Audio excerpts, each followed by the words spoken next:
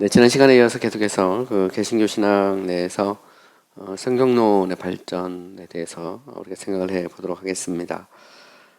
지난 시간은 이제 17세기 초반에서의 이제 개신교 정통주의 성경론에 대해서 생각을 해봤고요. 이 시간은 이제 그 16세기 중반에서부터 18세기 초까지 개신교 정통주의 성경론에 대해서 생각을 해 보도록 하겠습니다. 우리가 이제 개혁주의 신학에서 그 일어난 여러 가지 발전 중에서 가장 이제 중요한 발전 중에 하나는 17세기 중반에 가면 이제 소위 말하는 언약 신학이라는 것이 성립이 됩니다. 보통 이거는 이제 우리가 카비넌트 디올로지라고도 하고요, 또 페더럴 디올로지 이렇게 말합니다. 보통 그래서 이제 개혁주의 그러면 이제 보통 언약 신학 뭐 이렇게 많이 얘기를 하거든요. 이제 언약 신학은 이제 그 조하네스 콕세우스나 혹은 율시누스, 뭐 올레비아누스, 영국 같으면 이제 페너나 윌리엄 파킨스 뭐 이런 사람들에 의해서 본격적으로 이게 체계화되고 정리가 되죠. 하지만 이미 이제 칼빈이나 뭐 블링거의 신학에서도 언약에 대한 개념이 나옵니다. 그리고 이미 그 구약과 신약, 그죠? 애언약과 새언약 혹은 아니면 율법과 그 은혜라고 하는 이 측면에서는 이미 뭐 그건 중세 혹은 뭐 더 올라가면 뭐 교부시대 이후까지 교부시대 이래로 계속해서 이제 정통주의 신학을 관통하는 성경 해석의 중요한 원리죠. 그래서 이미 우리는 이제 구약과 신약 이렇게 표현하잖아요. 그러니까 애언약과 새언약 이 자체에 어떤 언약에 대한 어떤 이해가 이렇게 들어 있는 겁니다. 그죠? 특별히 이제 그 개신교 신학에서도 언약이라고 하는 개념이 성경을 해석하고 심지어는 이제 그 조립 신학 시스템을 이렇게 정리하는데 하나의 어떤 어떤 중거 틀로 사용되거든요. 그게 이제 17세기 중반에 가면 뭐 콕세이우스라든가 아니면 올레비아누스나 혹은 페너 아니면 퍼킨스 이런 사람들의 그런 신학 시스템 속에 아예 그냥 이게 이제 들어와요. 특별히 이제 은혜 언약이라고 하는 이 관점에서 신학을 정교화하는 체계로 역할을 하게 되는 거죠. 뭐 언약 신학은 이제 우리가 구원론 다룰 때 아주 자세히 다룰 수 있는 그런 주제인데, 어쨌든 이제 언약 신학이 언제 발전되느냐 이렇게 물어보면 뭐 거의 이제 우리가 한 17세기 중반에 수립이 됐다 이렇게 말할 수 있습니다. 18세기 초반에 이제 정길이 이제 조리신학책을 쓸 때 거기도 보면 이제 자신의 조리신학의 구원론이나 이런 부분들에 보면 언약이라는 관점에서 은혜 언약의 영원성, 시간성 이렇게 나누면서 결국 이제 언약이라고 하는 개념이 신학의 시스템을 만드는데 상당히 중요한 역할을 하는 것을 볼 수 있습니다. 어쨌든 보면 이제 이 조하네스 콕세우스라는 사람이 언약 신학을 이렇게 정교하고 신학 시스템 속에서 언약 신학을 사용하는 대표적인 인물이에요. 특별히 여기 보면 이제 라틴어로 수마데 푸에데레 에트 테스타멘토 데이에서 하나님의 언약과 이 증거에 대한 어떤 총계, 요체 아니면 뭐 대전 이렇게 번역이 됩니다. 결국 이제 조리신학 자체를 언약 혹은 약속이라는 관점에서 정리를 한 것이죠. 그래서 여기 보면 이제 은혜 언약, 행위 언약, 부속 언약 이 세 가지가 본격적으로 나옵니다. 은혜 언약이라는 것은 이제 창세전에 이 성부와 성자 사이에 우리의 구원의 문제를 놓고 언약이 맺어졌다는 거고요. 그리고 아담이 범죄하고 나서 비로소 이제 구체적으로 이제 은혜 언약이 역사 속에 쫙 펼쳐지는 거죠. 그래서 결국 이 은혜 언약의 열매로 이제 중생과 회심, 그 다음에 이제 구원, 또 그 결과가 이제 또 교회를 이루는 거기 때문에 이런 면에서 이제 언약이라는 것이 하나님의 경륜, 특별히 이제 점지적 계시로서의 그 하나님의 어떤 경륜과 역사를 설명하는데 중요한 개념으로 이렇게 사용될 수 있다는 것이죠. 이런 면에서 보면 이제 조하네스 콕세우스가 여기에서 이 언약이라고 하는 것을 신학의 시스템을 잡는 중요한 어떤 그런 체계로 썼다는 것을 알 수 있고요. 또한 이제 화란 신학자 중에 뭐 허마니치우스라고 있어요. 허마니치우스도 보면 이게 영어로 이제 번역된 청교도들에게도 많이 읽혔는데 이것도 역시 마찬가지입니다. 언약이라는 관점에서 콕세우스처럼 신학의 시스템을 쭉 일목요연하게 정리한 한 대표적인 그런 책입니다. 근데 어쨌든 이제 콕세우스에 대해서 이제 또 비판도 있어요. 특별히 이제 언약이라는 것을 이제 관점으로 신학 시스템을 체계화하다 보면 결국 이제 언약이라는 것은 이제 구약에 보면 구약 모형이잖아요. 그림자하고 예수 그리스도는 실체잖아요. 이런 면에서 보면 이제 모형론적이며 이 또 약간 알레고리칼한 또 우화적인 그런 성서에서 방법론이 사용되거든요.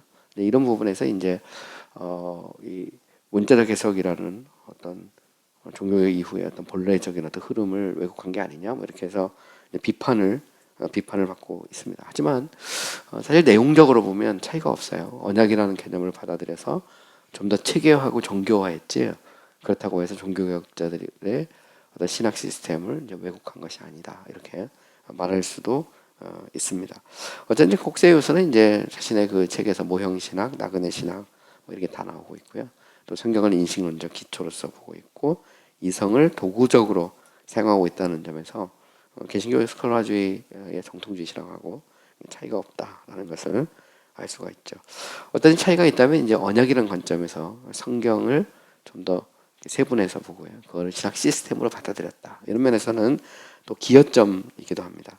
되게 재밌는 것은 이제 이런 언약 신학의 관점에서 이 존신학의 체계를 잡았던 인물은 버만이나 하이다노스, 피치우스, 하이데거, 피트린가, 디무어 이런 사람들의 신학자들에게서 뭐 쉽게 사용되고요. 청교도 신학자들에게서는 거의 다 나타납니다. 이런 부분에서는 뭐 존 버년이 됐든 뭐 아니면 벤자민 기치나 뭐 나중에 후대 가면 존 오웬이나 혹은 아니면 뭐 토마스 구드 이런 사람들도 다 기본적으로 언약 신학을 받아들이고 있고 재밌는 것은 이제 웨스트민스터 컨페션에도 언약 신학이 그대로 다 들어 있습니다. 들어 있고 또 침례교 신앙고백서에서도 보면 언약 신학적 내용이 들어 있다는 것을 알 수 있죠.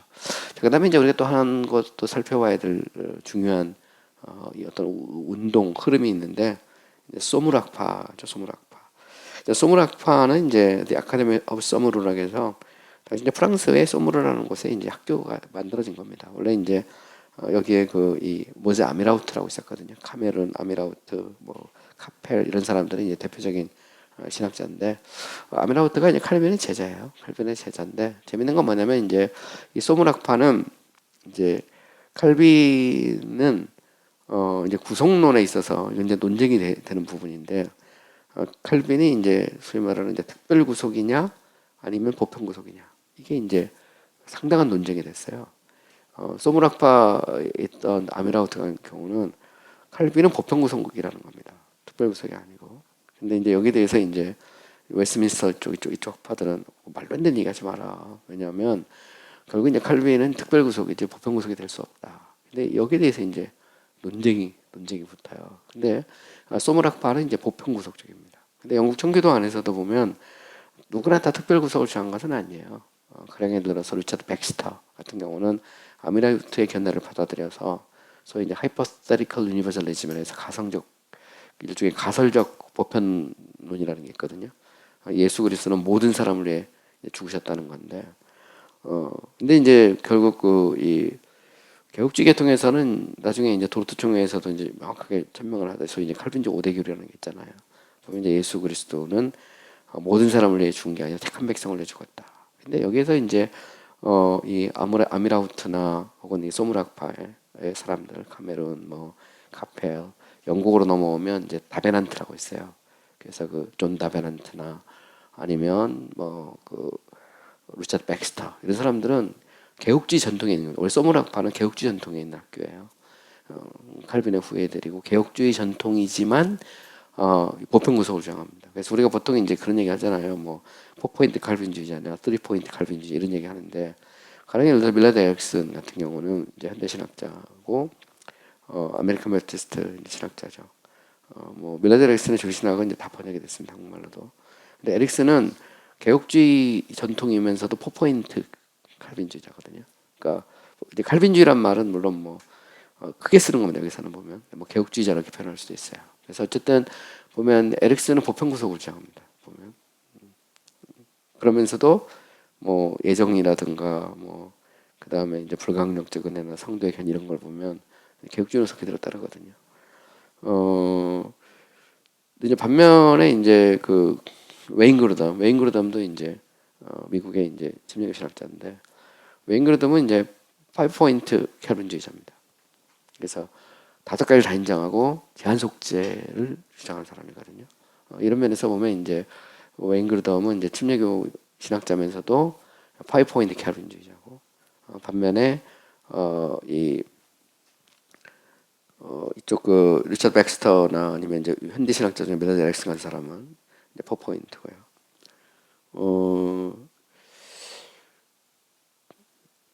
제가 생각할 때는 그 보면 이제 침례교 신학은 이제 보통 우리가 초창기로 가면 이제 일반 침례교회하고 특침례교 이렇게 분리되잖아요, 그렇죠? 근데 일반 침례교회는 보편 구속을 믿는 겁니다, 보편 구속. 반면에 이제 특침례교회는 이제 특별 구속을 믿었거든요. 신앙고백서에 그대로 나와 있어요. 그대로 나와 있는데 이제 항상 우리는 그런 얘기를 하거든요. 그러니까 특별 구속을 정했던 특침례교회는 이제 칼빈주의자들이고 이제 일반 침례교회들은 이제 알미니안주의자다. 그런데 이 부분이 조금 이렇게 생각을 해봐야 돼요. 왜냐면 일반 침례교회의 신앙고백서들을 이렇게 보잖아요. 특히 교단적으로 만들어진 오소스 크리드나 스탠다드 컨페션을 보면 이들은 어떻게 보면 알미니우스보다는요 아미라우트나 아니면 백스터와 가까워요. 실제로. 그래서 그 개혁주의 전통 내에서 4포인트예요. 4포인트. 그 자체가 조금 앞쪽으로 가면 뭐 지방에 이런 데 된 거 가면 이제 그 제가 볼 때 3포인트 정도 되는데 가면 조금 더 이제 자유의지가 강조가 되니까.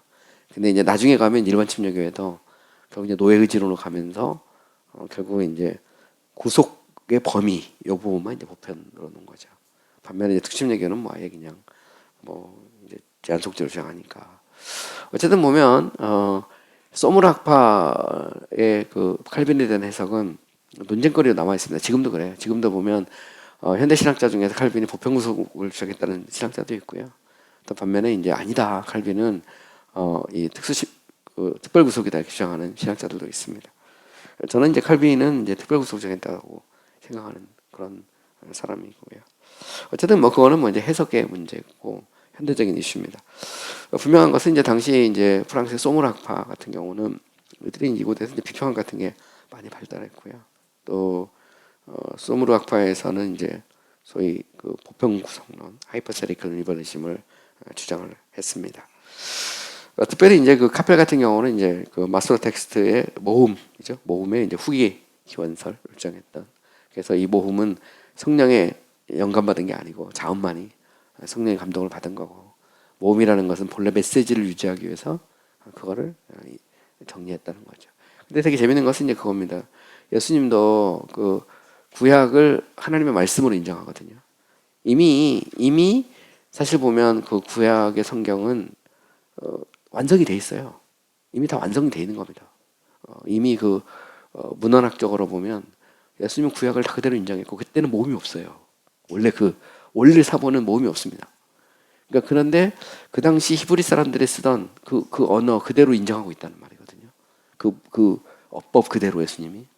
그거는 이제 나중에 가면 마소로 텍스트 학자들이 그거를 이제 기록할 때 전통을 보존하기 위해서 모음기호를 만들어서 찍어놓은 거거든요. 순표 이런 거 다 연구해가지고. 근데 그렇게 보면 원래 그 이 예수님 당시까지 인정됐던 이 성경에 대한 어떤 그 이해가 그대로 이어왔다는 거죠. 이걸 이제 흠과 티도 없다, 소위 말해 오류가 없다 이렇게 말할 수는 없지만 그럼에도 불구하고 이제 성경 본래의 의미, 그 의미를 그대로 간직하고 있다. 뭐 이렇게 이제 이야기할 수는 있는 거죠, 보면. 그러나 그렇다고 해서 성경의 모음기호 이게 뭐 아니면 거기 나오는 어떤 순표 막 이런 게 정말 성령의 감동 받은 거냐? 이거는 이제 우리가 고민이 되는 그런 부분이죠. 그리고 또 재밌는 것은 성경은 나중에 이제 정육론에 제가 좀 더 얘기하겠지만 원본이 없어요. 사본만 있습니다. 사본. 그런 부분에서 성경의 사본이 한 3,000개 정도 되는데 사본상의 이제 베리에이션 차이가 얼마나 되느냐 여기에 대해서 논쟁이 되죠. 가펠 같은 경우는 한 3만 개 정도 있다고 생각했습니다. 보면 근데 이제 그게 그 차이가 있지만 그렇다고 해서 성경의 본래적 의미, 전체 흐름을 바꿀 막는 정도는 아니고 우리가 알아야 될 건 뭐냐면 소문학파가 진보적인 신학자들이 아닙니다.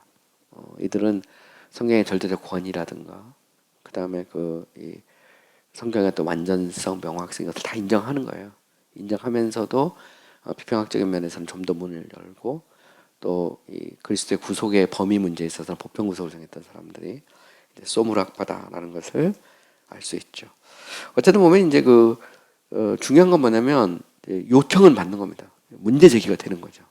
왜냐면 이들은 마스로 텍스트의 모음이 영감받은 말씀이라고 생각을 했는데 이게 아닐 수 있다 그러니까 그러면 그동안 우리가 했던 성경 해석 그잖아요. 그 모음을 보고 해석하는 거잖아요. 보면 그러면 이게 이제 어떤 도전은 되죠. 당연히 도전은 이런 얘기를 하고 있는 겁니다. 하지만 이제 소문학파가 이제 전통적인 성경관에서 벗어난 건 아닙니다. 그들의 주장은 성경의 기원과 필요성, 성경의 권위, 정경, 고대 사본들, 성경의 완전성, 명확성, 규범적 위치, 성령의 증거에 있어서 정통주의 신학자들과 신앙 고백에서 나온 내용과 일치했다는 거죠. 결국 보면 이제 소문학파라고 해서 우리는 보편구속장에 있으니까 다 진보 이렇게 생각하면 안 되는 겁니다.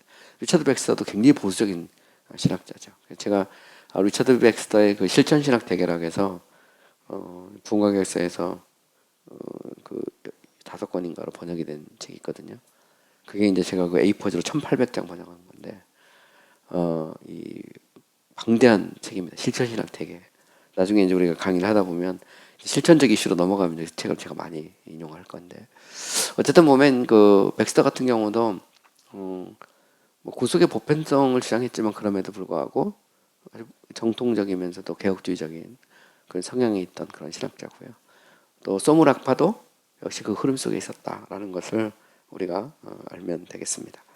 자, 그다음에 이제 17세기 중반에 18세기 초반까지 이제 개신교 정통주의 성경관에 대해서 우리가 좀 생각을 해봐야 되는데 이 시대가 이제 소위 말하는 이제 하이 올석스 시대입니다. 그러니까 쉽게 말하면 이제는 아주 정말 정교하고 체계적인 방대한 그런 조신학 체계들이 이제 수립된 그런 시대인데요. 그렇다고 하더라도 그들은 성경론에 있어서 전통 원에 속한다는 거죠. 이 말은 인간의 이성, 철학 뭐 이런 것을 성경 위에 두지 않았다는 겁니다.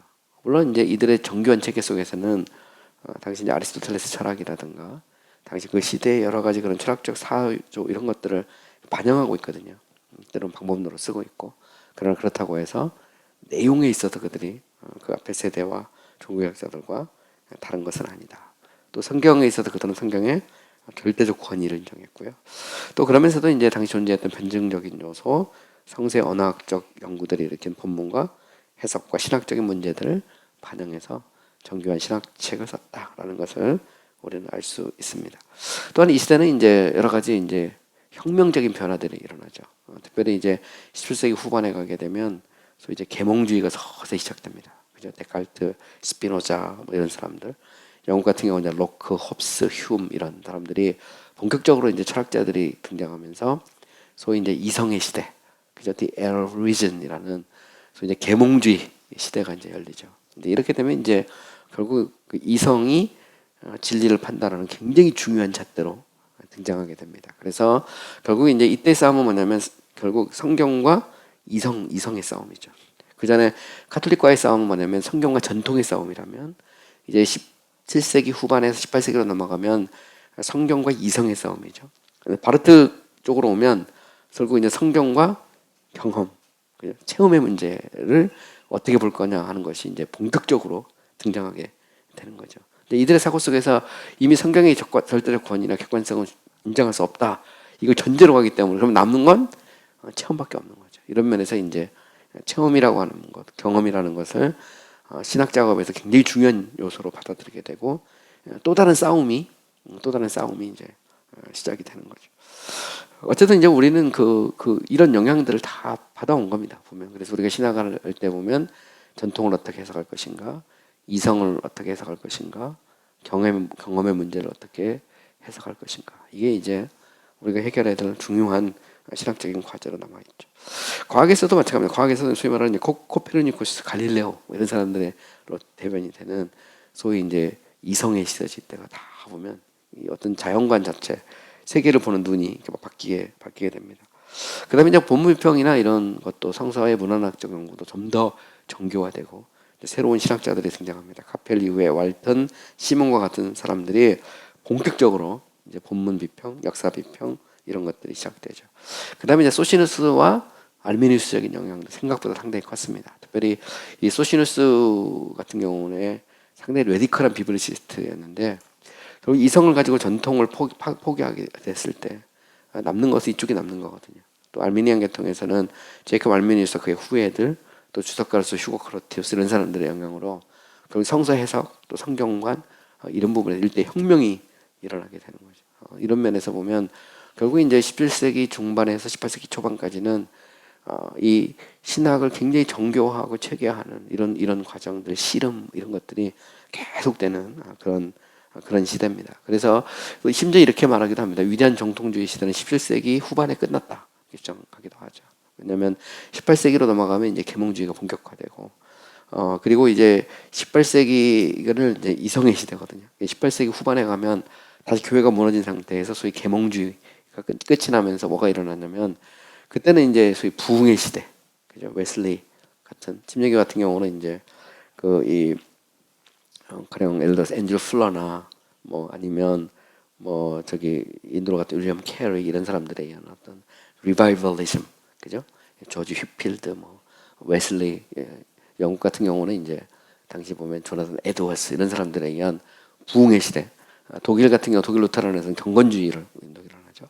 소위 파이어티즘이라는 경건주의 운동도 마찬가지입니다. 성경의 권위가 무너진 상태에서 교회를 회복하는 방법은 체험밖에 없거든요. 경험. 그죠? 근데 이 체험이라는 것을 이 적어도 웨슬리나 이런 사람들은 성경의 권위 자체를 의심하지는 않는데 이미 자유주의 지정 속에 성경의 권위가 무너진 상태에서 남은 건 체험밖에 없거든요. 그 체험 만남 사건으로서 어떤 기독교 이거를 이제 만들고 싶어 했던 사람이 독일 쪽 루터란 쪽에서 바르트 슐라이어마하 이런 사람들이 나타나게 된 것이죠. 독일 쪽에서는 이제 에밀 브루너 이런 사람들이 나타나고요. 미국 같은 경우 또 보면 이제 이 침례교 운동에서는 제가 생각할 때는 멀린스나 WT 카너 이런 사람들이 영향을 받은 사람들입니다. 영향을 받아서 이 전통적인 성경관을 인정하기 어렵기 때문에 사건으로서의 계시 그러면서 이제 그들이 어떤 역동적 영감설에 기초한 성경관 이런 것들 그러면 경험으로서의 어떤 침례교회 이런 거를 이제 만들어냈던 인물인데 그거는 이제 리바이벌리즘이 그 뒤에 있어요. 결국 이제 18세기 후반에서부터 일어난 이제 부흥의 운동 그 체험이 신학화 작업 속으로 들어오게 되고 거기에 중거틀로 영향을 미쳤던 인물이 이제 바르트와 그 이후 그 발티안들이 갖고 있던 그 사고가 상당한 영향을 유럽뿐만 아니라 미국 신학에 영향을 미치고 침례교 신학에 상당히 깊이 들어오게 되는 그런 어떤 역사적인 과정들이 있죠.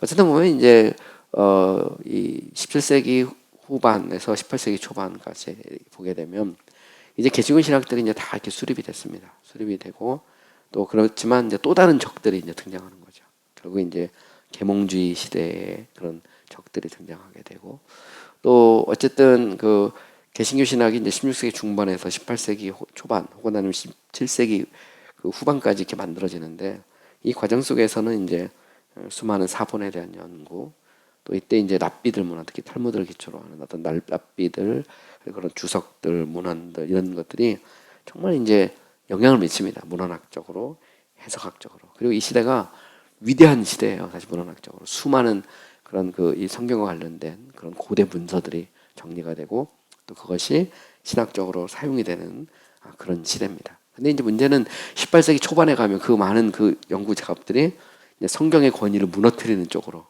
이제 쓰게 되죠. 그래서 소위 말하는 우리가 고등 비평으로 넘어가게 되는 그런 이제 문들이 이제 18세기 가면서 서서히 이제 열리게 되고 전통적으로 성경에 대한 권위에 대해서 도전을 하게 되죠.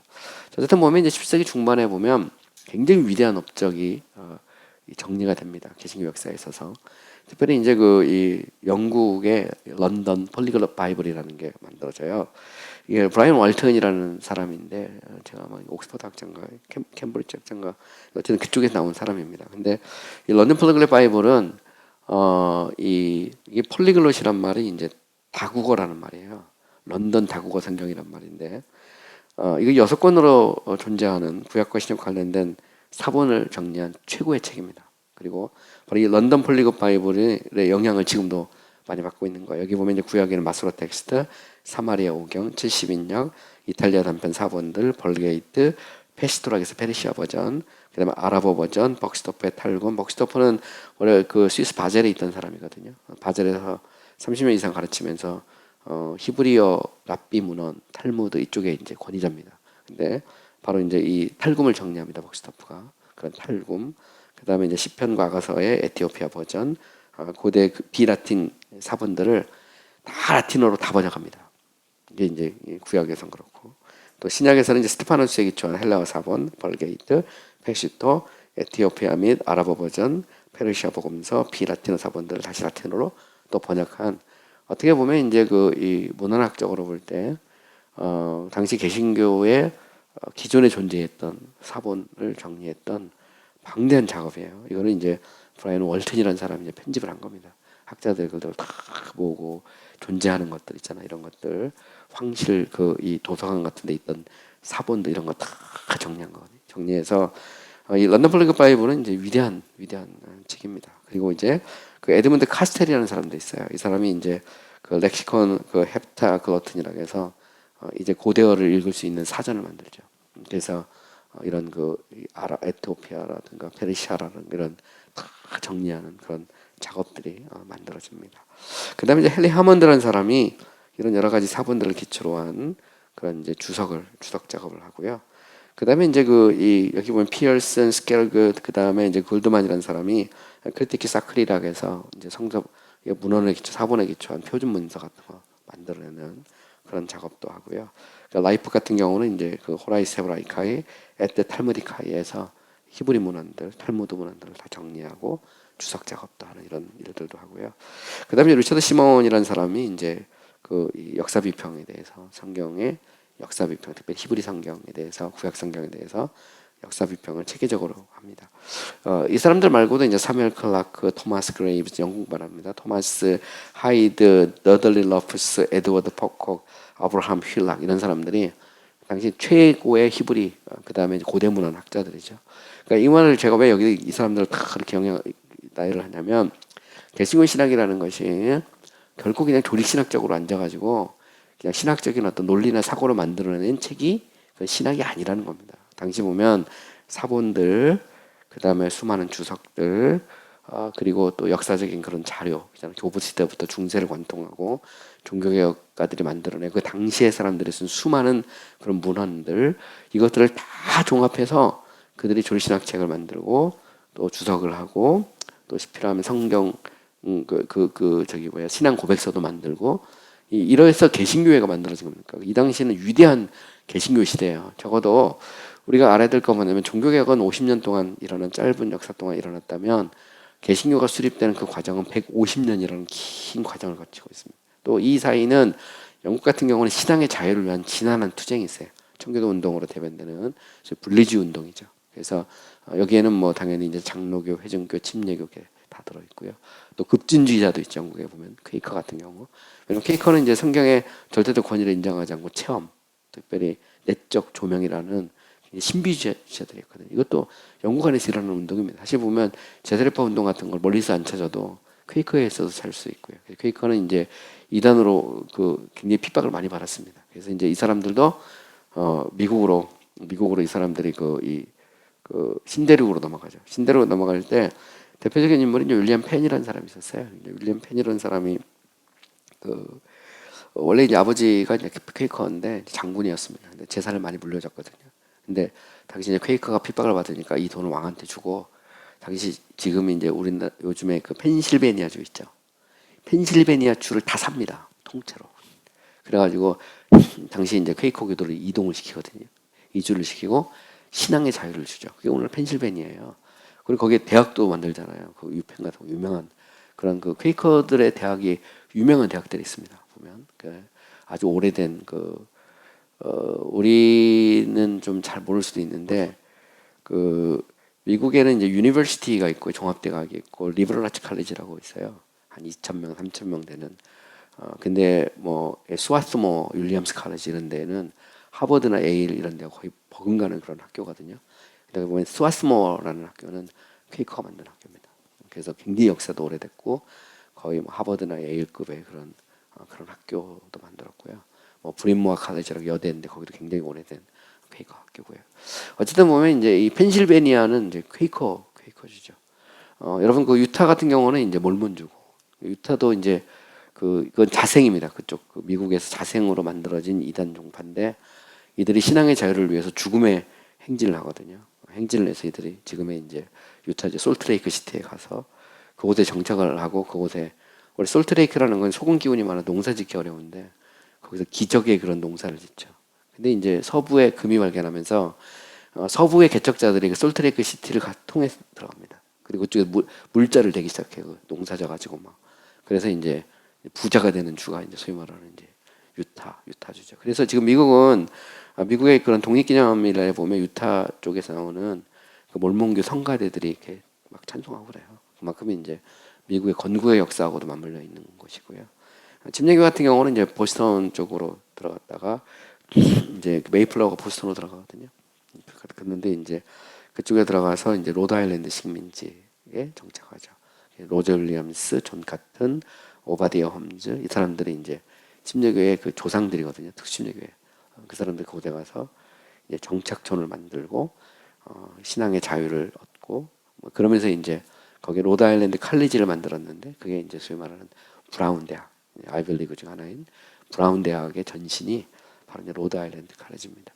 영국 같은 경우는 이제 나중에 좀 더 나오는데 18세기 가면 아브라함 부스 같은 사람이 이제 대학을 만들어요. 이제 신앙의 자유가 주어지고 하면서 이제 스티프니 칼리지라는 걸 만들고 나중에 이게 이제 그 리젠트 파크 칼리지로 이름 바뀌면서 옥스퍼드 안으로 들어가죠. 그래서 지금도 옥스퍼드 대학에 가면 리젠트 파크 칼리지라고 있어요. 이게 침례교 학교입니다. 그래서 목사님들도 침례교 목사님들은 그 프로그램이 있어요. 안식년으로 한 달 반 정도, 한 6주 정도 이렇게 신청하면 쉴 수 있습니다. 여러분 중에 뜻이 있는 분은 옥스퍼드의 리전트 파크 칼리지 가면 프로그램이 있습니다. 베프티스트 목사들은 지금도 신청을 하면 숙소랑 게 주거든요.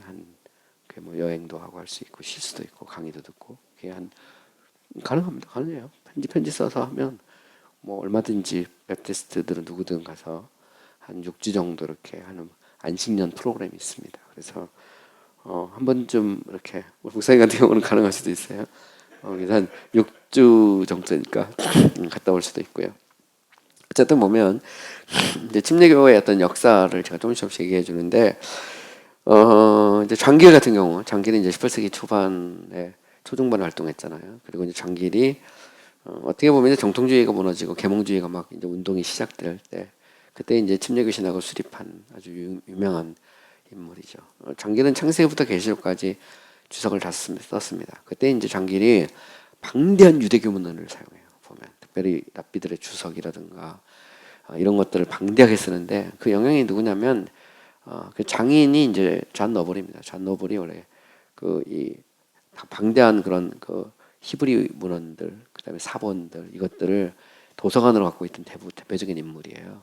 그래서 원래 그 이제 특심예교회 같은 경우는 이제 옥스퍼드 캠브리지를 못 가니까 목사를 훈련시키기 위해서 나름 그 교단 내에서 똑똑한 사람들을 뽑아서 목사님에게 보냈습니다. 존 노블 밑에 들어가죠. 거기 가서 또 거기 있으면서 또 다른 또 이제 이 유대교 학자를 또 만나요. 그러면서 이 방대한 그런 그 사본 같은 걸 연구하고 그러는데 장길은 그런 얘기를 했죠. 자기는 장인 집에 가서 이제 그 딸하고 이제 결혼하거든요.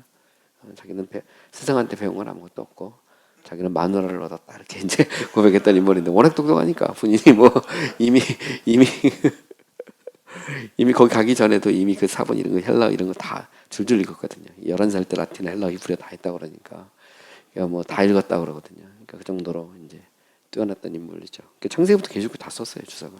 크리티컬 주석으로. 칼빈 주석의 1.5배 되는 방대한 주석을 그 사람이 썼죠. 어쨌든 그래서 이제 침례교 신학을 수립하는데 굉장한 영향을 미쳤던 인물이 바로 장길인데 이런 전통 속에서 이런 일을 했다라는 것을 알 수 있습니다. 어떤 이제 카펠이나 이제 월튼 같은 사람들, 이제 카펠은 이제 소물 학파고요. 월튼은 이제 런던 플리글롯 바이블 편집했던 인물인데 다 마스터 텍스트의 모험이 성령에 영감받아 가지고 초기에 기록된 게 아니고 마스터 학자들이 썼다. 이것을 증명했던 인물들입니다. 근데 여기에 대해서 이제 반기를 들었던 인물이 존 오웬이나 프란시스 트레팅 같은 인물이고요.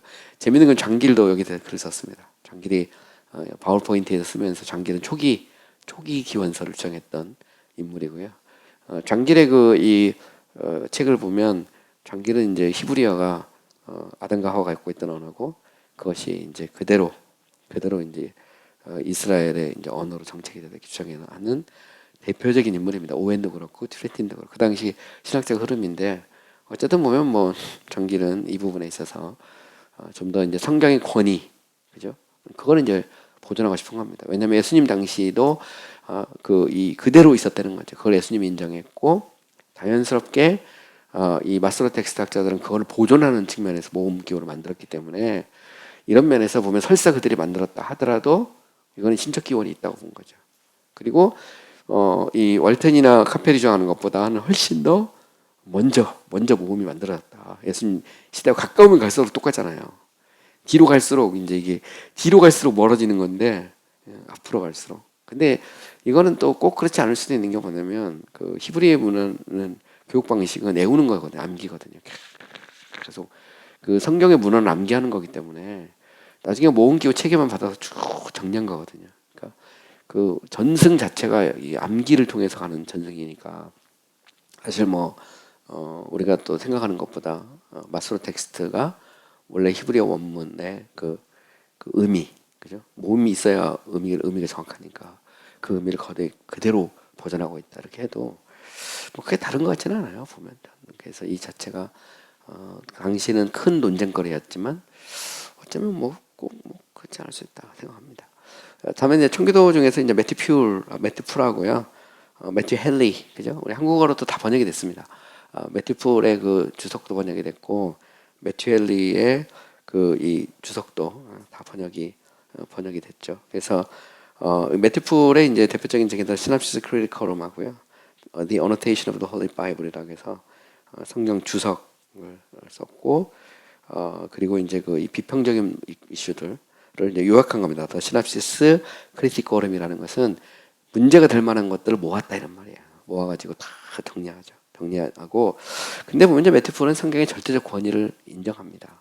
그러면서도 당시 보면 이제 그 이 여러 가지 문헌적인 어떤 비평거리 이런 것들을 인정하기도 하고 또 이런 저자, 그죠? 꼭 예를 들어서 오경 같은 경우는 꼭 모세가 저자여야 되느냐? 그것이 꼭 반드시 성경의 권위를 신적 권위를 보장하는 것은 아닐 수도 있다. 이런 식의 이제 생각하는 그런 인물들이죠. 보면. 근데 그렇다고 해서 이들이 이제 정통 신학에서 벗어난 건 아닙니다. 제가 그 볼 때도 그렇고 다른 뭐 신학자도 그렇고 여러분들 읽어보면 한글로 또 번역이 되어 있기 때문에 뭐 어렵지 않고요.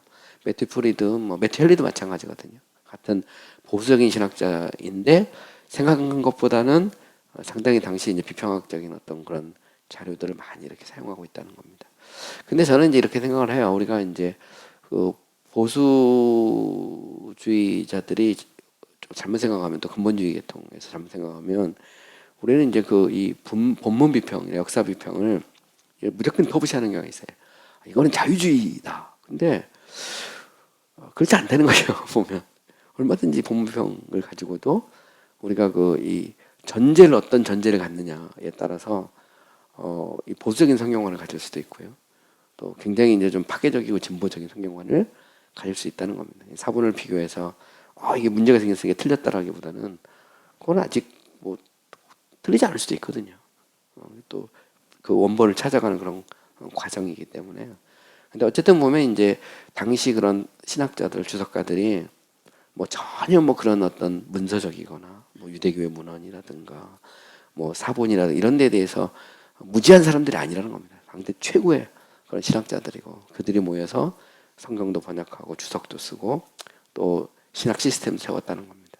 요즘 보면 이제 그 바울의 세 관점에서 나오는 이제 이슈 중에 하나가 뭐냐면 그 이제 유대교의 문헌들을 이렇게 자꾸 인용을 하면서 루테나 칼빈이 이제 해석이 틀렸다는 거거든요. 특별히 이제 그 의의 개념 이런 개념에서 보면 법정적 개념이 아니고 그것을 인격적 관계적 개념으로 보려 하고 뭐 그러면서 이제 비판을 해 갔죠. 그래서 어떻게 보면 이제 당시 카톨릭적인 어떤 이 칭의관과 그 루터나 칼빈의 칭의관이 다르지 않다. 뭐 이런 얘기를 하고 오히려 이제 17세기 넘어오면 개신교 신학자들이 그걸 왜곡한 것이다 이렇게 주장하는 그런 사람들도 있습니다. 근데 꼭 그렇지 않을 수 있다는 거예요.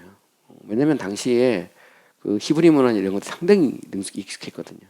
보면 종교개혁가들인 칼빈도 사실 인문학적인 훈련을 받은 사람이고 많은 그런 이 원문들을 가지고 주석을 썼거든요. 또 신학을 정립했고 그 뒤로는 뭐 말로 할 거 없습니다. 그 뒤로는 보면 그게 다 정리가 됩니다.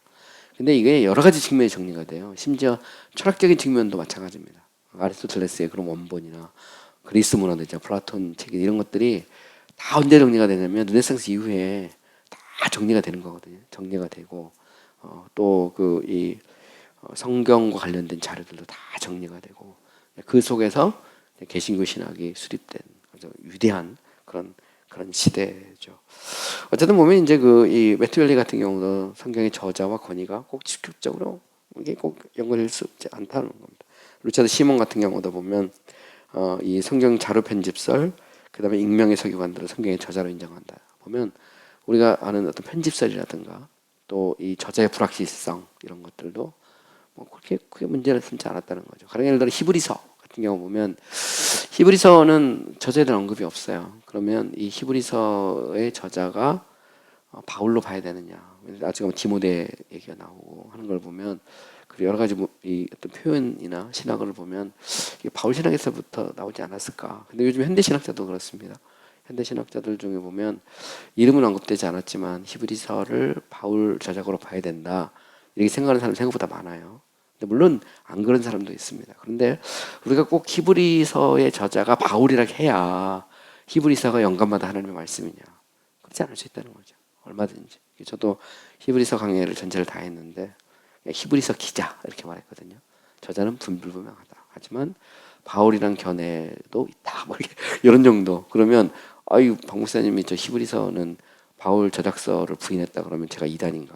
뭐 그건 아니거든요. 오경도 마찬가지. 오경에 대해서도 그러면 창세기, 출애굽, 레위기, 민수기, 신명기에서 모세가 그거를 기록했을 가능성이 높지만, 그죠? 그러면 이 오경 저작설이 모세가 아닐 수 있다 그러면 교수에서 잘려야 되느냐?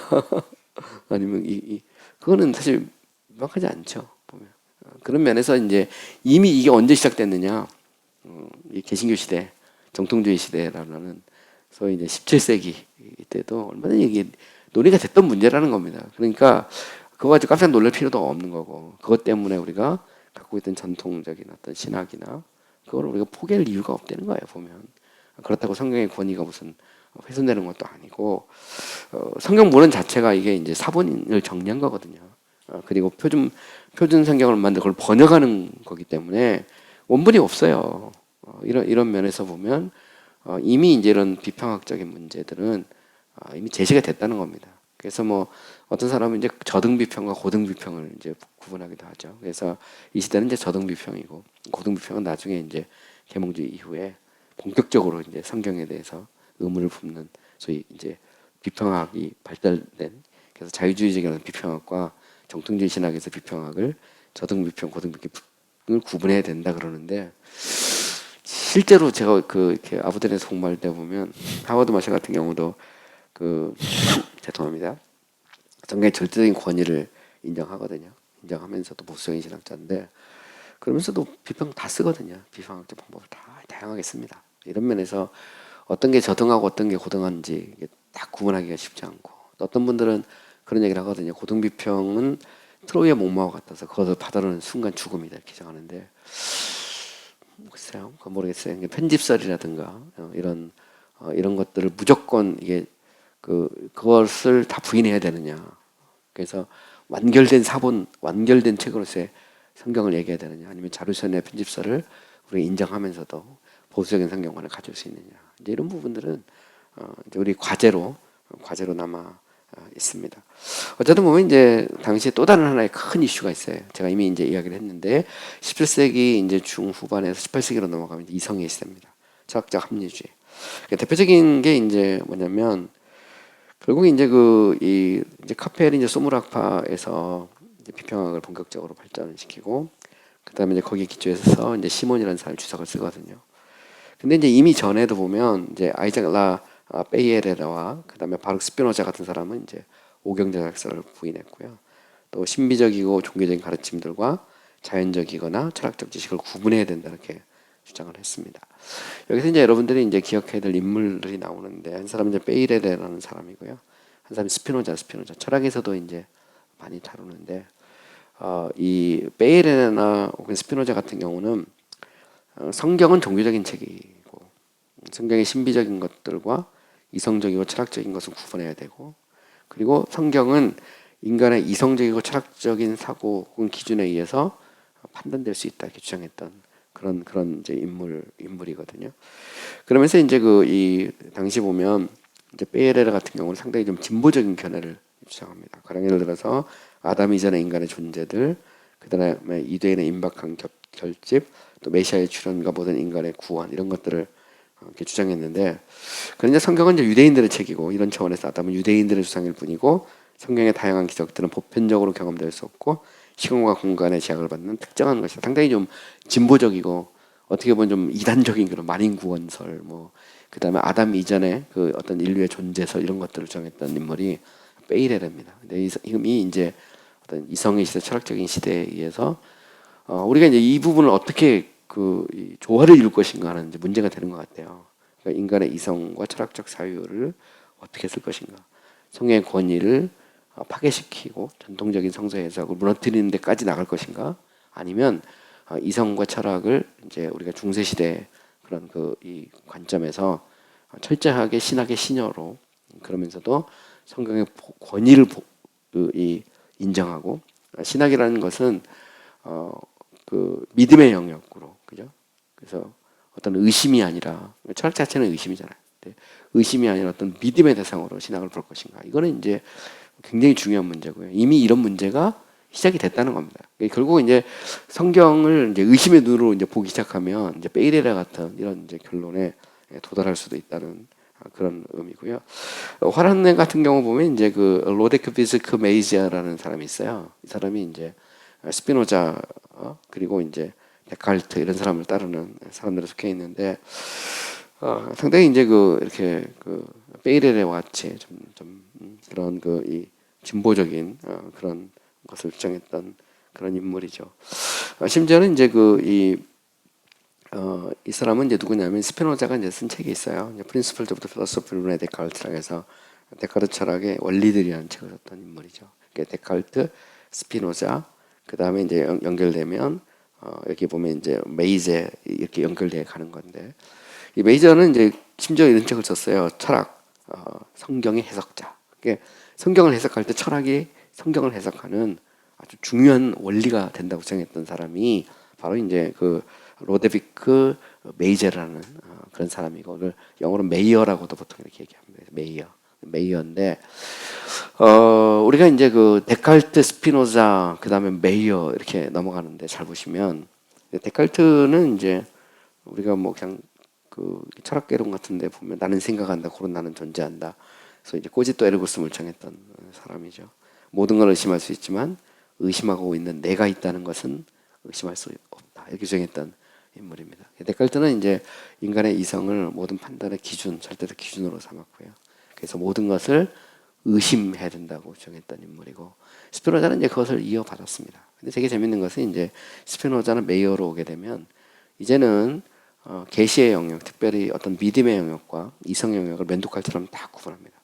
성경은 신화적이고 종교적 세계에 불과하다는 거죠. 이런 면에서 성경은 당연히 믿음의 눈으로 보는 것은 맞는데, 그렇다고 성경이 합리적이고 성경이 철학적이냐, 그렇지 않다는 겁니다. 얼마든지 인간의 이성 철학을 가지고 성경을 회의할 수도 있고 때로는 도전할 수도 있고 이렇게 주장했던 사람이 스피노자거든요. 메이어 같은 또 마찬가지고. 이런 면에서 이제 우리가 그런 얘기를 종종 들어요. 요즘 현대 신학에서도 성경은 종교적인 책이지 과학적이거나 철학적인 책이 아니다, 이렇게 주장하는 얘기를 종종 듣습니다. 근데 그 말은 한편으로는 맞고 한편으로는 또 다른 한편으로는 좀 틀릴 수 있는 그런 말이에요. 전통신학에서 보면 우리가 철학을 이제 초자연적 신학, 성경을 초자연적 신학의 영역으로 보잖아요. 보면 그래서 그 이 초전적 신학이라는 것이 자연 신학을 무시하는 게 아니거든요. 인간의 이성과 합리적 사고를 무시하지 않습니다. 그런데 인간의 철학 혹은 인간의 이성 혹은 합리적 사고는 반드시 캡을 씌워야 된다는 거거든요. 타락한 이성, 제한된 이성이라는 거거든요. 그래서 하나님의 계시인 성경에 무릎을 꿇어야 된다는 거거든요. 이런 면에서 신학은 믿음의 대상이지만 인간의 이성과 철학, 합리적 사고를 무시하지 않는다는 겁니다. 이게 중세 시대 혹은 교부에서 중세 종교계 후기 종교가 내려오는 거대한 신학의 흐름이거든요. 근데 여기에 대한 도전이 언제 있었느냐? 17세기 후반에서부터 본격적으로 도전이 시작된 겁니다. 그 대표적인 인물이 이제 데카르트, 스피노자, 메이어 이런 사람으로 가게 되면 이제 본격적으로 이제 도전이 되죠. 이렇게 보면 성경을 누가 해석하느냐? 좀 인간이 성경을 해석하는 거죠. 철학적인 사유를 가지고 성경을 의심의 눈초리로 보게 되고, 그러면 철학을 하는 방법론이 곧 신학을 하는 방법론과 똑같이 되는 거죠. 그러면 이런 부분에서 이제 이 철학이 성경 위로 올라가는 그런 이제 이슈들이 여기에 이제 등장하게 됩니다. 이런 의미에서 보면 이제 결국 이 삼위일체 같은 것도 마찬가지죠. 인간의 이성으로 이해할 수 있는 것과 이성할 수 없는 것. 또 성경을 읽어보면 우리가 다 이해할 수 없는 어떤 애매하거나 그런 것들이 있다는 겁니다. 그러면 그거를 이제 이 이성의 잣대로 얼마든지 판단하고 그거를 제거하고 또 때로는 어떤 연결하고 이런 어떤 이성의 적극적인 역할, 이것을 이제 강조했던 인물이 바로 보면 이제 이 데카르트, 스피노자, 메이어로 이어오는 어떤 그 흐름이었다라는 것을 알 수 있어요. 근데 그러면 이제 그렇게 당하고만 있느냐? 그건 아닙니다. 화란 신학자였던 이 레오나르두스 리센이나 혹은 독일의 그로닝겐 학자였던 사무엘 말세유스 이런 사람들은 이제 강력하게 비판했고요. 또 영국의 이제 존 윌슨 같은 사람도 이게 말이 안 된다는 말이죠. 인간의 이성은 부패한 이성이고 인간의 이성은 제한적이다. 인간은 이성을 가지고 계시를 다 판단할 수 없다는 겁니다. 이성을 무시하진 않지만 이게 되게 중요합니다. 자연신학을 무시하진 않아요. 초전적 신학은. 성경은 계시인데 성경은 인간의 어떤 일반 계시 측면에서 그걸 무시하지 않는다는 겁니다. 그러나 어디까지 그것은 한계 내에 있다는 거죠. 이런 면에서 보면 이제 이게 한계가 있는 거고요.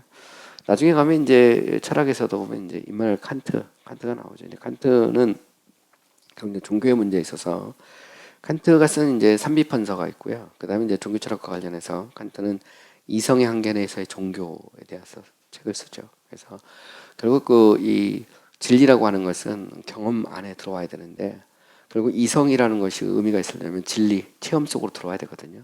그래서 결국 이제 인간의 그런 개념을 이렇게 순수하게 다 정제하면, 그래서 이제 순수 이성이 되면 순수 이성은 순수하게 정제된 어떤 사실과 일치될 때, 그때 이제 참이 된다는 그런 말인데, 문제는 종교는 이성 밖에 있는 거죠. 경험이 안 돼. 보편적 사고로 이게 안 됩니다. 이런 면에서 이제 종교의 영역과 이제 철학의 영역이 면도칼처럼 이제 쫙 갈라지는 이제 그런 문제들이 생기는 거죠. 근데 어쨌든 저는 이런 생각을 합니다. 결국 이제 종교 혹은 또 신학이라고 말할 때 신학은 인간의 건전한 사고나 판단력, 합리적인 어떤 추론 이거를 무시하진 않죠. 그러나 그럼에도 불구하고 하나님의 절대적인 권위, 말씀, 계시 앞에 무릎을 꿇어야 된다는 것을 우리는 알 수 있습니다. 그다음에 이제 스피노자가 쓴 이제 유명한 책이 있어요.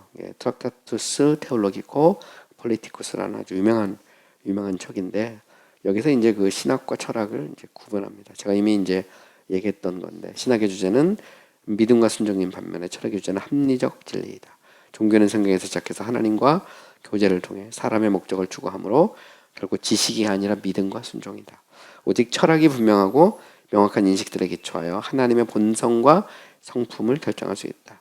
성경은 도덕적인 안내를 제공하지만 하나님에 대해 명확하고 분명한 인식들을 제공하지 못한다. 이래서 결국 이제 신학과 철학을 구분하면서 결국 합리적 이성을 성경 위에 두었던 대표적인 인물이 바로크 스피노자. 그래서 결국 이제 이것은 성경이 신학적 지식의 원천이라는 걸 부인하는 거죠. 그리고 이성과 철학을 신학적 지식의 원천으로 이렇게 보는 겁니다. 그것은 이제 하나님과 창조와 섭리와 영혼과 같은 주제를 신학과 구분된 철학의 한계에 두려는 그런 시도죠. 이런 이제 스피노자의 이런 주장에 대해서도 또 개신교 신학자들이 가만히 있지는 않았습니다. 라이프치히의 이제 프리드리히 라폴투스, 예냐의 조하네스 마사이오스, 그다음에 이제 화란 철학자였던 비델름 반 블리엔 버흐, 그다음에 마세이오스 이런 사람들은 이제 여기 반박하는 글을 썼습니다. 그래서 결국 이제 스피노자가 믿은 그 자체가 지식에 동의하는 것이며 성경의 본질적인 구원의 메시지를 보지 못하고 있다, 이렇게 비평을 했습니다. 결국 보면 우리가 이미 이제 그 신학 서론에서 이야기했듯이 신학은 이제 중생한 자들의 신학과 중생하지 못한 자들의 신학으로 이렇게 구분을 하잖아요. 그래서 중생한 자의 눈으로 성경을 보는 것과 또 그렇지 않은 것은 엄청난 차이가 있다는 것이죠. 타락한 이성 혹은 아니면 제한된 의미에서 이성을 가지고 계시를 판단하는 것은 한계 있을 수밖에 없다는 겁니다. 이런 면에서 기독교 신학은 믿음을 전제로 하고, 믿음은 중생의 역사를 전제로 하죠. 그것은 하나님의 말씀인 성경을 믿는 것입니다. 객관적인 계시로 하나님의 말씀으로 받아들일 때, 그때 이제 전통적 의미에서 신학이 시작된다, 이렇게 말할 수 있습니다. 근데 이렇게 이제 정통주의 성경과는 이제 메이어나 스피노자 뭐 이런 어떤 철학적인 도전뿐만 아니라 이제 알미니우스의 그 알미니우스주의자였던 휴고 그로티우스, 또 소시니안주의 뭐 이런 데에도 이제 당연히 도전과 영향을 받았습니다. 이제 대표적인 인물은 이제 휴고 그로티우스예요. 원래 이제 휴고 그로티우스는 알미니우스 제자인 림버흐의 그 이 동료거든요. 그러면서 이제 주석을 썼습니다. 신구약 주석을 썼고요. 또 이제 데베리타테 크리스티아나이 렐리기오니스라는 그런 이제 신학적인 책도 썼던 그런 그 인물이고요. 그리고 이제 이 책을 누가 냈냐면 이제 르 클라크라는 사람이 있었어요. 근데 이 르 클라크는 스피노자의 이제 견해에 대해서 이제 판단을 했습니다. 그러면서도 이성을 진리와 거짓을 판단하는 기준으로 두고자 했습니다. 스피노자까지는 가지 않지만 그럼에도 이성의 어떤 적극적인 역할, 그 권위 이런 것들을 인정하려는 그런 사람이었어요. 그래서 그는 성경의 권위와 명확성과 규범성을 인정하면서도 이성이 성경의 내용의 진리와 거짓을 결정하며 사실상 본질적인 것을 결정하는 기준이 되어야 된다고 정했다. 이 말은 이들 안에서도 좀 더 진보적인 사람도 있고 좀 더 보수적인 사람도 있다는 거죠. 르클라크 같은 사람들은 그 속에서 조금 더 보수적이지만 그럼에도 불구하고 정통주의 신학자들이 정했던 것보다는 어떤 이성의 역할을 더 강조했던 인물이 르클라크예요. 그 다음에 또 다른 한 인물이 있어요. 굉장히 중요한 인물인데 전에 제가 한번 언급했던 인물이에요. 우리 이 장 트레티니라고 해서 이 트레틴의 아들이에요, 아들. 트레틴은 이제 누구냐면 칼빈이 세웠던 제네바 아카데미의 후계자예요. 트레틴이고 그걸 누가 이었냐면 그 아들이었습니다. 아들이. 그런데 그 아들이 아버지하고는 좀 다른 길을 걸었어요. 트레틴 같은 경우, 프랜시스 트레틴은 이 인간의 이성 혹은 아니면 철학을 이제 그 신학 계시 하부 구조로 봤다면, 반면에 이제 이 장 트레틴 같은 경우는 이거를 동등한 걸로. 그래서 신학의 원리에서 보면 이제 트레틴 같은 경우는 이제 장 트레틴 같은 경우는 이 신학의 원리를 두 개로 봤거든요. 결국 성경과 이성이라는 이 두 가지를 동시에 봤습니다. 그건 왜냐하면 당시 이제 데컬트나 스피노자 이런 사람들이 영향을 받은 거죠. 그래서 그 계몽주의 영향을 받아서 그는 이 신학 자체를 이야기할 때 성경보다는 종교의 본질 이 자체에 이제 기초해서 신학을 수립하려고 했던 그런 인물이고요. 그래서 이제 성경 그 자체보다는 어떤 열매, 그죠? 여기에 이제 강조해서 신학을 수립하려고 했습니다.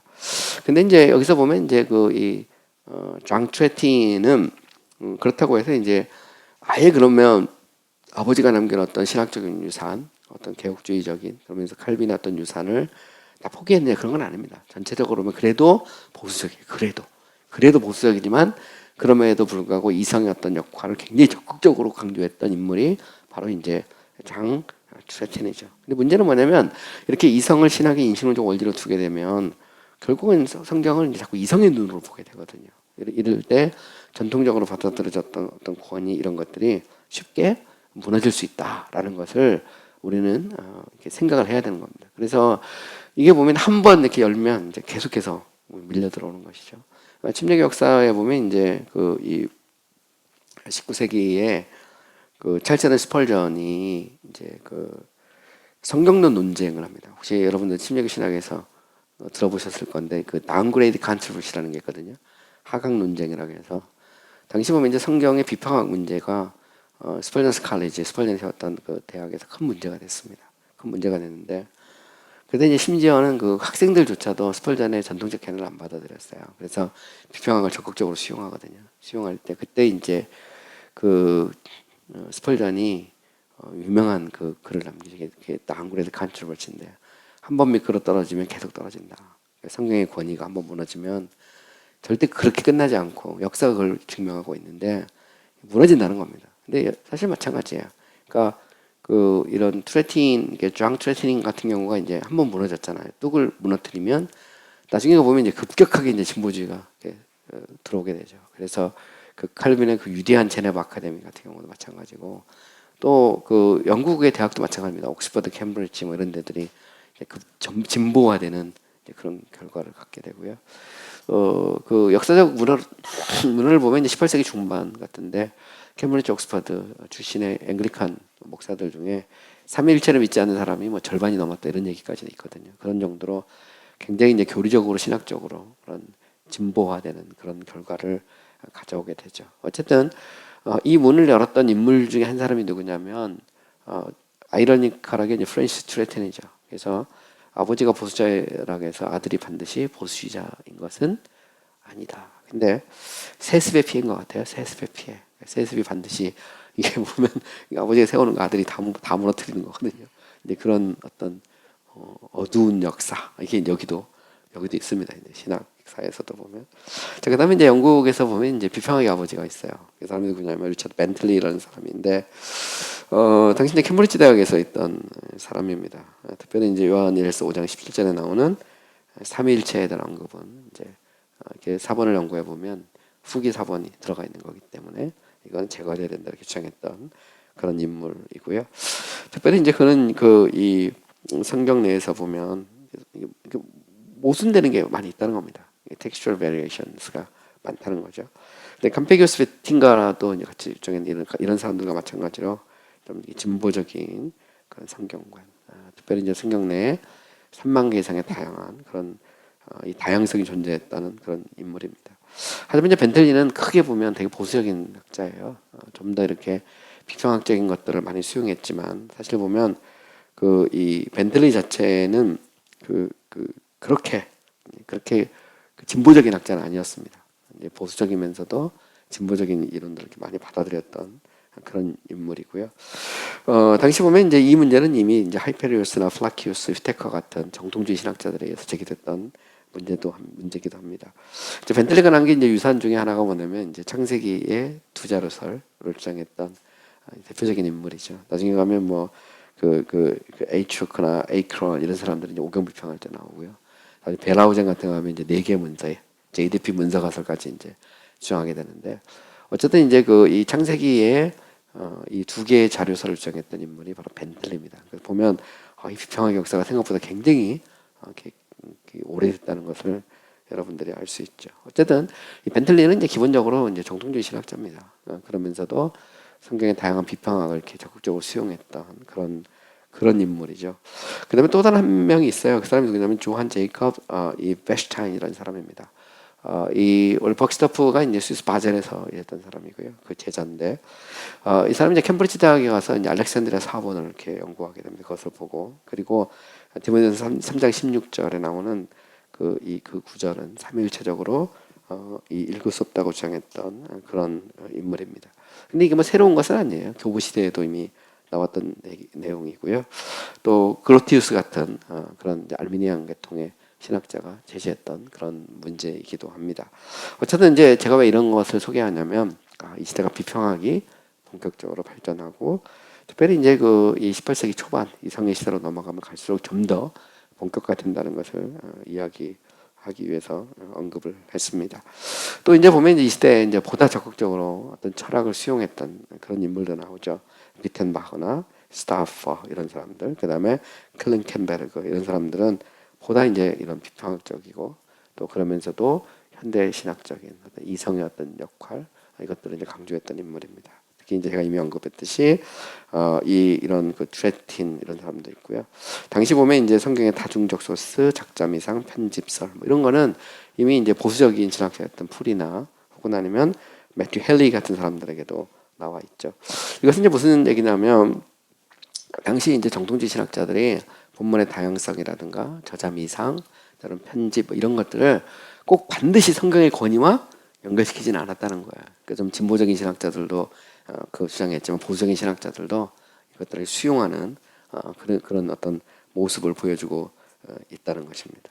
또 이제 대부분 우리가 이제 알아야 될 것은 뭐냐면 영국의 리디글레이 18세기 초반, 그다음에 토마스 보스턴, 이 스코틀랜드죠. 장길, 존 브라운, 머피 트링가, 귀틀러, 페네마, 디무어, 클렌 캠버그 이런 사람들은 기본적으로는 이제 정통지의 어떤 모델을 택했어요. 그러면서도 당시 이제 그 여러 가지 그런 고도로 발달된 본문비평적이면서 해석학적인 어떤 연구 결과들을 신학에 발전시켰던 그런 인물들입니다.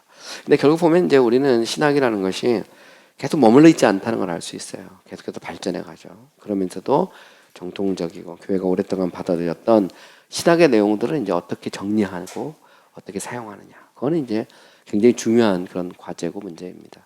우리가 보통 이제 신학교에서 요즘 보면 뭐 본문 비평이나 혹은 아니면 역사 비평, 자료 비평, 편집 비평 이런 것들을 많이 접하잖아요. 근데 문제는 뭐냐면 그거를 하는 건 좋은데 그것이 마치 이제 어떤 전통 혹은 정통 신학과 충돌하는 것처럼 계속 주장하는 경향이 있는데 꼭 그렇지 않을 수 있다는 겁니다. 얼마든지 우리가 보수적인 성경관을 가지고 있으면서도 비평학을 폭넓게 이렇게 보면서 이용할 수도 있고요. 물론 그거 가지고 설교를 할 수는 없습니다. 우리는 항상 텍스트를 갖고 설교하고 또 우리가 아무리 정통적인 신학을 갖고 있다고 해서도 막 계속 막 학자들 막 계속 인용할 수도 없는 거고 보면 어쨌든 분명한 것은 오늘 개신교라는 것이 특별히 우리가 보수주의라는 그 개신교가 이게 그 이 하루아침에 만들어진 것도 아니고 또 그렇다고 그렇게 허약한 것도 아니라는 겁니다.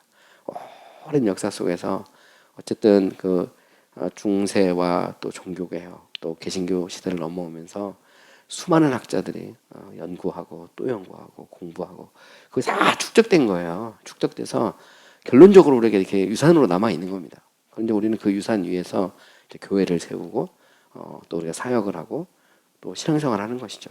이거는 이제 저는 뭐 평신도들의 과제는 아니고요. 어쨌든 신학을 하고 지도하는 어떤 목회자들의 과제죠. 목회자들은 이런 것들을 좀 잘 알아서 우리가 서 있는 것이 결코 허약한 것이 아니다라는 것을 알면 좋겠다. 그리고 너무 뭐 어떻게 보면 현대적인 어떤 도전이나 그런 이 뭐라 할까요? 현대적인 어떤 유산 혹은 아니면 어떤 현대적인 어떤 어떤 재원 같은 것들을 무시할 필요는 없는 것 같아요. 그냥 그것들을 잘 활용하면서도 우리가 신학을 믿음의 어떤 이 대상으로 믿음이 맹목이 아니거든요. 믿음 자체가 이미 맹목이 아니에요. 그 속에 폭넓은 의미를 들어있거든요. 솔라 스크립트라가 오직 성경하면 성경만 갖고 경건의 시간하는 게 아니듯이 그 속에 얼마나 많은 내용이 들어있는데요. 제가 이제 본격적으로 이제 다음 시간부터 성경론은 이제 조신학적인 주제에 따라서 계속해서 함께 공부를 해볼 건데 보면 절대 솔라 스크립트라는 것이 그냥 단순한 구호가 아니거든요. 그 속에 수많은 내용들이 함축되어 있습니다. 그죠? 근데 우리는 교회에서 솔라 스크립트라면 외치면 되지만 그 외침 속에 수많은 내용이 들어있는 것이죠. 그러니까 의사가 이렇게 진단할 때 보면 간단하게 얘기하고 약 주면 되지만 그 속에 수많은 얘기가 들어있잖아요. 수많은 얘기가. 목사도 저는 똑같다고 보거든요. 우리가 믿습니까? 한마디 하지만 그 믿습니까 속에는 수많은 것들이 이렇게 들어있는 거죠. 그러니까 오늘 한국 개신교 혹은 아니면 보수적인 기독교가 그 속에 많은 어떤 육사적인 유산들을 그게 들어있는 거거든요. 근데 그것들이 쌓이고 쌓이고 쌓여서 만들어진 것이고 그 중에 하나가 이제 이런 사본학적인 어떤 연구, 문헌학적인 어떤 열매 이런 것들도 다 들어있다는 겁니다.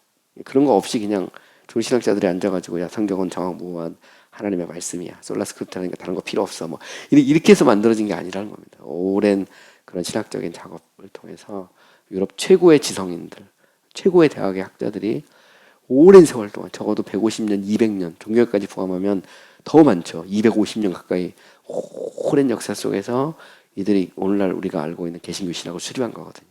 그 열매 위에 우리가 서 있다라는 것을 좀 다시 한번 생각해 봤으면 좋겠습니다. 네, 수고하셨습니다. 네.